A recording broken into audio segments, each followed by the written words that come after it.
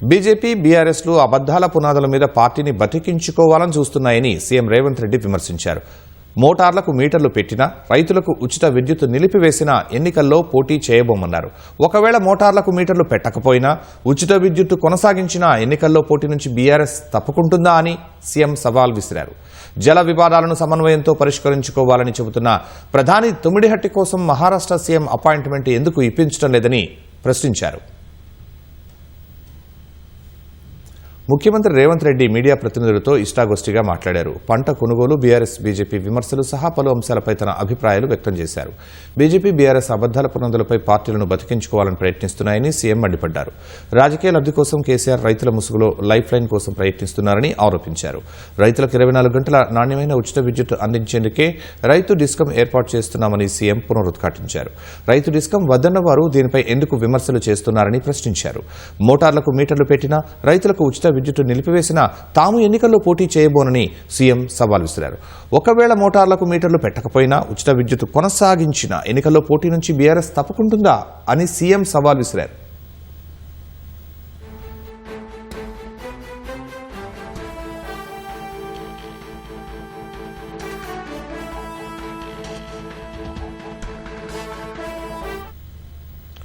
రైతు పండించిన ప్రతి గింజను రాష్ట్ర ప్రభుత్వం కొనుగోలు చేస్తోందని సీఎం స్పష్టం చేశారు. మద్దతు ధర ప్రకటించి కేంద్ర ప్రభుత్వమే వదిలేసిందని విమర్శించారు. తెలంగాణలో 32% పంటలను ఎందుకు కొనుగోలు చేస్తోందన్నారు. కేంద్ర ప్రభుత్వ వైఖరి వల్లే రాష్ట్రంలో రైతు గోసపడుతున్నాడని విమర్శించారు.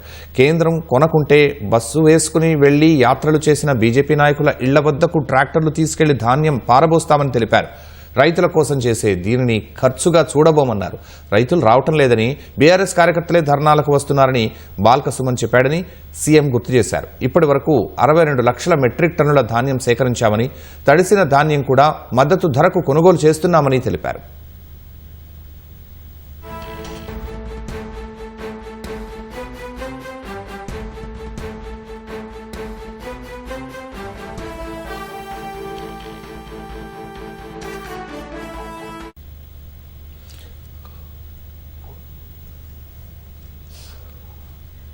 జల వివాదాలను రాష్ట్రాలు సమన్వయంతో పరిష్కరించుకోవాలని ప్రధాని మోదీ చెప్పారని, కానీ తుమ్మిడిహట్టి కోసం కలిసి మాట్లాడటానికి మహారాష్ట్ర ముఖ్యమంత్రి అపాయింట్మెంట్ కోరినా స్పందించడం లేదన్నారు.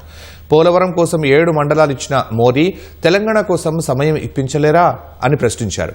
ప్రాథమిక ఆధారాలతో 2 కేసులు సీబీఐకి ఇచ్చామని, దీనిపై కేంద్ర మంత్రి కిషన్ రెడ్డి సమాధానం చెప్పాలని డిమాండ్ చేశారు. మేము ఏడాదికి 70,000 కోట్లు అప్పు చేస్తే 95,000 కోట్ల అప్పు తీరుస్తున్నామని రేవంత్ వివరించారు.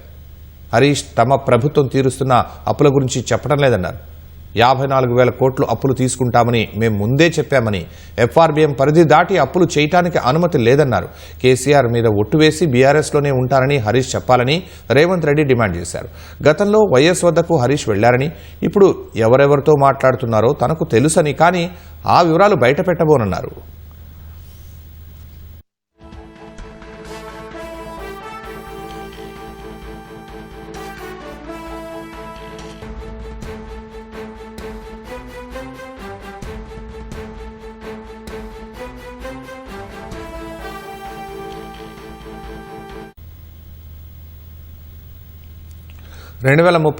వరకు తాను తెలంగాణలోనే ఉంటానని, ప్రజలకు మేలు చేయాలన్నదే ఆలోచన అని రేవంత్ రెడ్డి స్పష్టం చేశారు.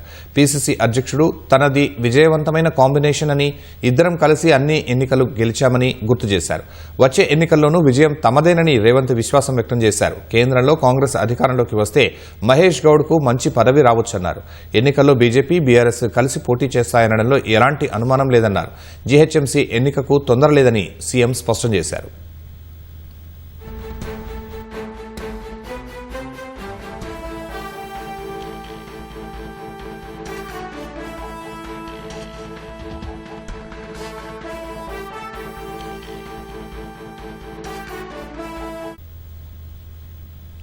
ఎన్టీఆర్ను కులం, ప్రాంతంతో పోల్చడం బుద్ధిలేనితనమని సీఎం రేవంత్ రెడ్డి స్పష్టం చేశారు. పువ్వాడ అజయ్ ఖమ్మంలో ఎన్టీఆర్ విగ్రహం పెట్టలేదా? కమ్మ సంఘానికి కేసీఆర్ 10 ఎకరాలు ఇవ్వలేదా అని గుర్తు చేశారు.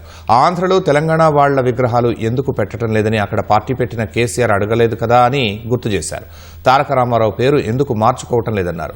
వివాదాలు, సెంటిమెంట్తో రాజకీయాలు చేయాలని తాను అనుకోవటం లేదని, దృష్టంతా అభివృద్ధిపైనని స్పష్టం చేశారు. అసలు పొట్టి శ్రీరాములు యూనివర్సిటీకి సురవరం ప్రతాప్ రెడ్డి పేరు పెట్టిందే తానేనని సీఎం రేవంత్ గుర్తు చేశారు.